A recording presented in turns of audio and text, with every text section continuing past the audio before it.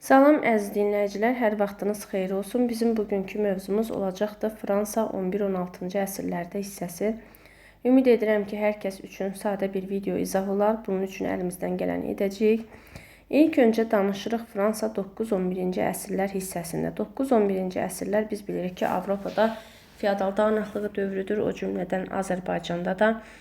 9-11-ci əsrdə Qərbi Avropada feodal dağınıqlığın ən bariz nümunəsi ilə Fransadır. Bu dövlət vahid dövlət sayılsa da iri feodal mülklərinə bölünmüşdü. Bu dövrdə yalnız paytaxt Paris və Orlean, gəlin göstərək, Paris və Orlean arasındakı torpaqlar deyir, kral mülkü hesab olunurdu. 987-ci ildə Kapetinglər sülaləsi hakimiyyətə gəlir, Fransanı idarə edir ta 1328-ci ilə qədər. Feodal münasibətlərin inkişafından və kənd təsərrüfatından danışacağıq. Gəlin ilk öncə kənd təsərrüfatından danışaq. Deyirik ki, bu dövrdə kənd təsərrüfatı sahəsi inkişaf etmişdi. Kənd təsərrüfatı sahəsinin inkişaf etməsinin əsas səbəblərindən biri yeni qoşqu sistemindən istifadə edilməsi və yeni qoşqu sistemində, yəni atdan istifadə edilməsi məhsuldarlığın artmasına vaxta qənaətlə nəticələnir. Əvvəl əgər öküzdən istifadə edirdilərsə, bu daha çox vaxt alırdı. İndi atdan istifadə edirlər və bu da vaxta həm qənaət olur. İşə ayrılan, kənd təsərrüfatı işinə ayrılan belə deyək, müddət azalır və əmək məhsuldarlığı artırdı. Bu belə, kənd təsərrüfatının inkişaf etməsinin bir digər səbəblərindən biri də ondan ibarətdir ki, artıq feodal kənd təsərrüfatı sahəsinə çox vaxt ayıra bilmirdi. Kənd təsərrüfatı sahəsinə vaxt ayıra bilməyəndə bəs onda nə edirdi? Deyirik ki, feodal həm daxili, həm xaricdə baş verən müharibələrə başı qarışdığı üçün kənd təsərrüfatı ilə məşğul olması məhdudlaşırdı və həmin torpaqları kəndlər arasında bölüşdürürdü. Və həmin torpaqları, belə deyək, işləyən kəndli burada səylə çalışırdı. Nəyə görə? Çünki əvvəl feodal üçün məcburi işlər görməyə məcbur idisə, indi torpaqdan istifadəyə görə vergi ödəyir və bu onun üçün daha sərfəli idi. Yəni kəndli üçün daha sərfəli idi. Yəni atdan minik qoşqu vasitəsi kimi istifadə edilməsi. O cümlədən kəndlinin feodalın torpağında məşğul olması və bunun əvəzində vergi ödəməsi bu kənd təsərrüfatı sahəsini inkişaf etdirdi. İndi gəlirik Fransanın şimalı və cənubu arasındakı fərqə. İlk öncə Fransanın cənubundan danışaq. Gəlin, kitab ardıcılığı ilə gedək ki, öyrənəndə sizə daha rahat olsun. Deməli, Fransanın cənub şəhərlərindən danışanda biz deyirik ki, Fransanın cənubunda feodallar müstəqildir. Nə deməkdir feodal müstəqildir? O deməkdir ki, feodalın özünün ayrıca qoşunu, özünə tabi olan ordusu, qoşunu və yaxud məhkəməsi var deməkdir. Feodal münasibətləri bir tərəfdən deyirik artıq zəif inkişaf edirdi. Niyə? Çünki feodalın başı müharibəyə qarışıbdı və onun istər-istəməz artıq kəndli üzərindəki hakimiyyəti yavaş-yavaş zəifləyirdi. Və bunun digər səbəbi də nədir? Digər səbəbi də feodal münasibətlərin zəif inkişaf etməsi səbəbi günü-gündən şəhərlərin inkişaf etməsi və dağlıq bölgədə azad icmaların qalması idi. Feodal dağınıqlığı gücləndirən səbəblərdən biri də Fransada yaşayan xalqlar müxtəlif dillərdə danışmasıdır. Bax, buna da diqqət yetirək. Gəlirik Fransanın cənub şəhərləri. Niyə Fransanın cənub şəhərləri günü-gündən inkişaf edir? İnkişaf etməsinin əsas səbəbi xaç yürüşləridir. Yəni, nə deməkdir bu? Xaç yürüşlərin nəticəsində şərqdən bu ölkəyə gətirilirdi ədviyyat, ipək, hansı ki, bu Avropada yox idi. Həmin Fransa bazarlarında baha qiymətə satırdı və bu da onların əlbəttə ki, şəhərlərin inkişafı ilə nəticələnirdi. Şərq ölkələri ilə ticarət etmək üçün cənub şəhərləri daha yaxşı yerdə yerləşirdilər, deyir. Şərqlə ticarət edən İspaniya və İtaliyaya Fransanın daha yaxın olması idi. Hansı ki, bax, şərqdən İspaniya, göstərək, şərqdən İspaniya və İtaliya ərazisinə gəlir mallar və bu mallar İtaliya və yaxud da İspaniya bazarlarında satılır. Artıq qalan hissəsi Fransanın cənub şəhərləri alıb öz bazarlarında satırdı və bu da onun inkişafı ilə nəticələnirdi. Yəni, şəhərlərin inkişafına təsir göstərən əsas amillərdən biridir. Gəlin, indi Fransanın şimalına baxaq. Fransanın şimalını cənubdan fərqləndirən əsas tərəf nədir? Cənubdan fərqləndirən əsas fərq burada vilayətlər arasında iqtisadi əlaqələrin olmasıdır. Bu iqtisadi əlaqələrin olmasını biz nə cür görürük? Baxın, hər bir vilayət bir sahə üzrə deyil, ixtisaslaşır. Məsələn, bir sahə taxılçılıq üzrə ixtisaslaşır, bir sahə üzümçülük üzrə ixtisaslaşır, bir sahə pambıqçılıq, bir sahə də, məsəl üçün deyirəm, mahad üzrə ixtisaslaşır. Və həmin vilayətlər bir-birinə kimdə nə yoxdursa onu satırdı. Yəni, məsələn, taxılı olmayan, deyək ki, taxıl alırdı, pambığı olmayan pambıq alırdı və belə-belə bunlar bir-biri ilə iqtisadi əlaqələr qurur və iqtisadi birlik inkişaf edirdi. Və şimal şəhərlərinin də bu dövrdə gözü, əsas belə deyək, mərkəzi Paris idi. Bax, bu şimal şəhərlərinin mərkəzidir. Bunu da bu cür yadda saxlayırıq. Və daxili şimal Fransa şəhərlərində daxili bazarın formalaşmasında fəal rol oynadıqları üçün ölkənin siyasi cəhətdən birləşməsinə maraqlı idi Şimali Fransa. Və ona görə də bunlar kral hakimiyyətini dəstəkləyirdilər. Bu hissədən danışdıq. Şimal və cənub arasında əsas fərqlər nədir? Bundan danışdıq. İndi mən danışacağım Fransada Normandların gəlməsindən. Fransa ərazisinə, İngiltərə ərazisinə, gördüyünüz bu İngiltərədən Normanlar gəlir və həmin Norman tayfaları deyir ki, Fransa kralına bizə məskunlaşmaq üçün bir vilayət verə bilərsənmi? Və Fransa kralı da gələcəkdə İngiltərənin işlərinə qarışmaq üçün həmin Normanlara icazə verir ki, Fransanın şimalında, şimal məskunlaşsınlar. Və baxın, bu həm də İngiltərəyə də yaxındır. Həmin Normanlar gələcəkdə düşünürdü ki, həmin Normanlardan İngiltərəyə qarşı istifadə edər. Həmin Normanlar burada məskunlaşır və burada yaradırlar, məskunlaşdığı bu vilayəti də Normandiya adlandırırlar. Gün gələcək və həmin Normandiya hersoqlarından olan 1-ci Vilhelm İngiltərə taxtına öz iddiasını irəli sürərək İngiltərəyə hücum edəcək, İngiltərəni ələ keçirəcək. İngiltərəni ələ keçirdikdən sonra Fransa deyir ki, bizim Normandiya ərazimizi geri qaytar. Amma onlar qaytararmı? Xeyr, qaytarmırlar. İndi bunu necə Fransa geri aldı? Necə dövləti dərsin əvvəlində dedik ki, iri feodal mülklərinə bölünübdür. Mərkəzləşmiş dövlət yaratmaq məsələsi var burada. Necə bunları mərkəzdə, bu iri feodalları necə mərkəzə tabi etsinlər? Baxın, bundan danışacağıq. Deyirik ki, mərkəzləşmiş dövlətin yaranmasında ən böyük maneə feodallardır. Niyə feodallar? Dərsin əvvəlində demişik, indi deyirik. Baxın, hərəyə, baxın, bu vilayətlər verilib bu feodallara. Bu feodallar, bu vilayət hakimləri kimi bu vilayətləri idarə edir və bunların irsi mülküdür. Bunlar mərkəzə tabi olmaq istəmirlər. Demək, mərkəzləşmiş dövlət yaratmaq üçün birinci nə etmək lazımdır? İri feodalların əlini qoluna bağlamaq lazımdır. Bu iri feodalların arasındakı mübarizə başlayır. İri feodallar arasında mübarizə başlayanda bundan istifadə edirlər. Və 12-ci əsrin sonu, 13-cü əsrin əvvəllərində Fransada kral hakimiyyəti güclənir. Fransa ərazisinin bir hissəsini öz nəzarəti altına saxlayan İngiltərəyə qarşı müharibə aparır. Normandiya və Akvitaniyanı geri qaytarır. Yəni kral birinci mərkəzləşmiş dövlət yaratmaq üçün nə etməli idi dedik? Bunların mərkəzə tabi etməli idi. Burada əsas maneə kimdir? İri feodallar. İri feodalların arasındakı mübarizədən istifadə edib bunları yavaş-yavaş o vilayətləri əllərindən alıb mərkəzə tabi etməyə başlayırlar. O cümlədən ölkədə torpaq payı olan İngiltərə idi. İngiltərə haradır? Normandiyanı götürmüşdü də. Həmin Normandiya və Akvitaniyanı geri qaytarmağı bacarırlar 13-cü əsrdə. Sonra 13-cü əsrdə Fransanın cənub ərazilərində kral hakimiyyəti altında birləşməyə başlayır.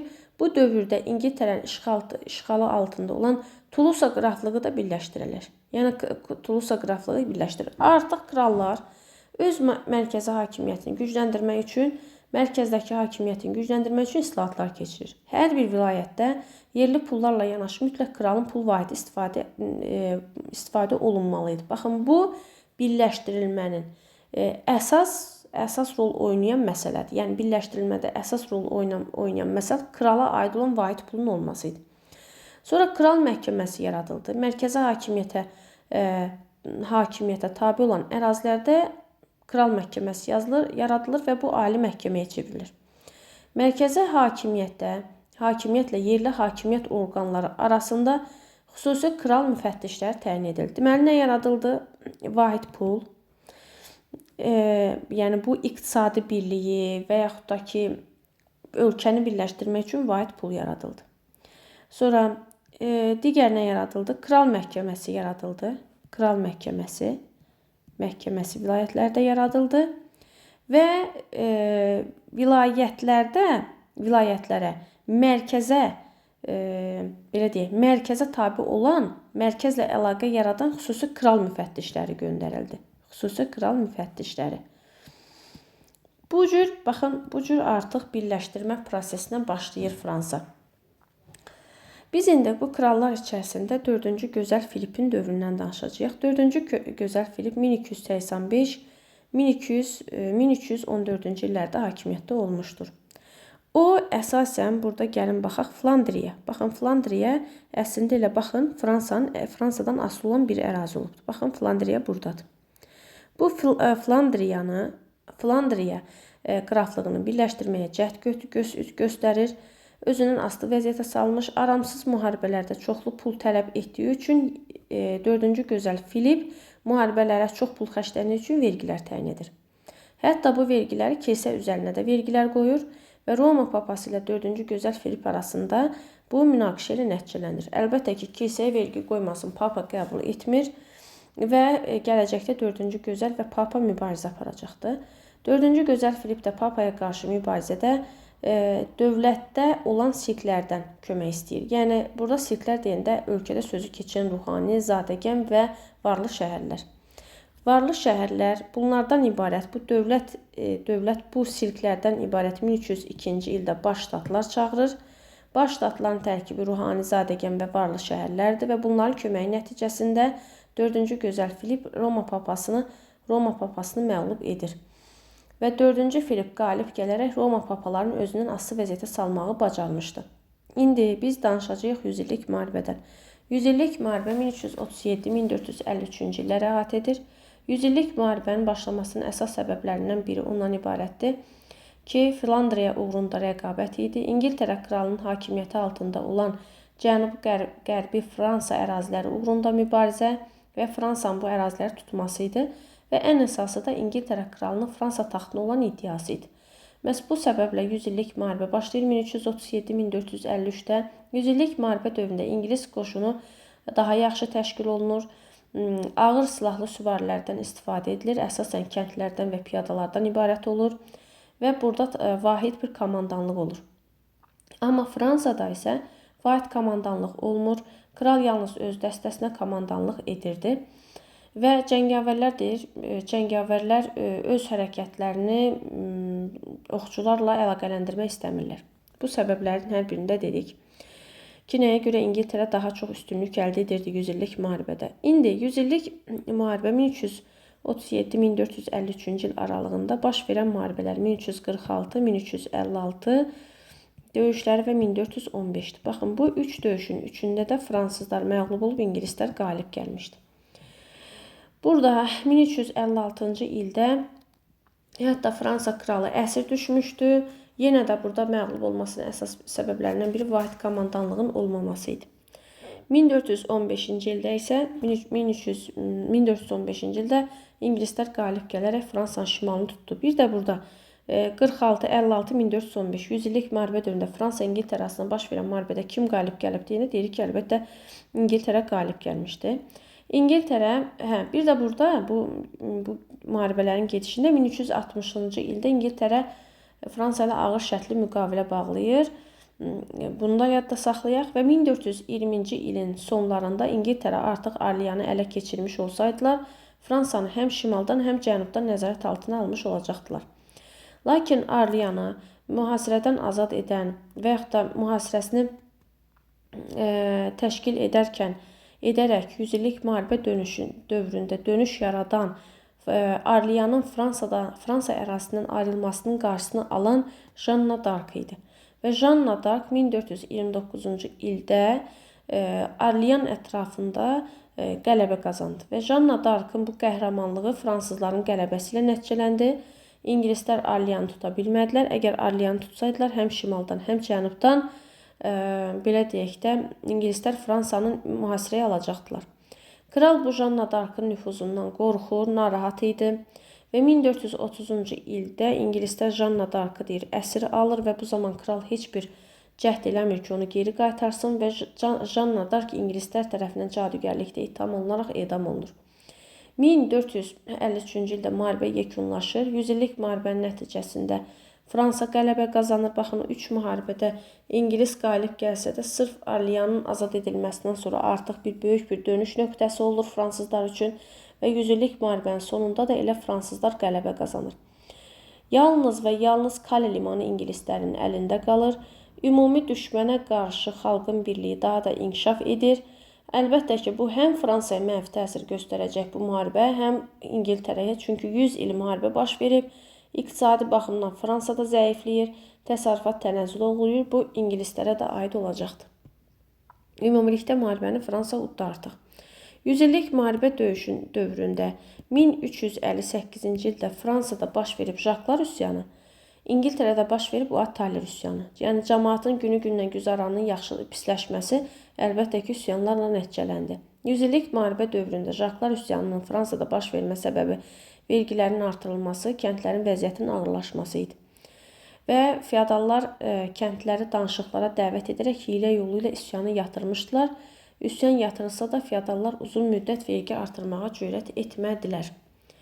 Və bir də onu da qeyd etmək lazımdır ki, 14-cü əsrin ortalarında Avropada qara siçovullar tərəfindən qara ölüm adlanan vəba epidemiyası yayılır. Və bu vəba epidemiyasının yahudilər tərəfindən edildiyi, güya yahudilər su quyularını zəhərlədiyini xəbəri yayırlar və bu da elə bir ki, yahudilərə qarşı düşmənçiliyin alovlanması ilə nəticələnir. Və əlbəttə ki, Avropa öz əhalisinin böyük bir hissəsini itirir və böyük bir hissəsini itirməklə yarıdan çoxunu itirir. Ticarət azalır, işçi qıtlığı yaranır, ərzağa tələbat azalır. Bu kimi məqamlar ortaya çıxır. Fransada mərkəzləşmiş dövlətin yaranmasının başa çatması 11-ci Ludovikin dövrünə təsadüf edir. 11-ci Ludovik rəqiblərə qarşı mübarizə apararaq, hilə ilə onları məğlub edərək 15-ci əsrin sonunda vahid halda Fransanın birləşdirilməsi prosesi başa çatdı və bununla da mərkəzləşmiş dövlət yarandı. Və 16-cı əsrdə də Fransanı Burbonlar sülaləsi idarə etməyə başlayacaqdı. Dərs izahı bu qədər. Ümidvaram ki, hər kəs üçün faydalı izah olar.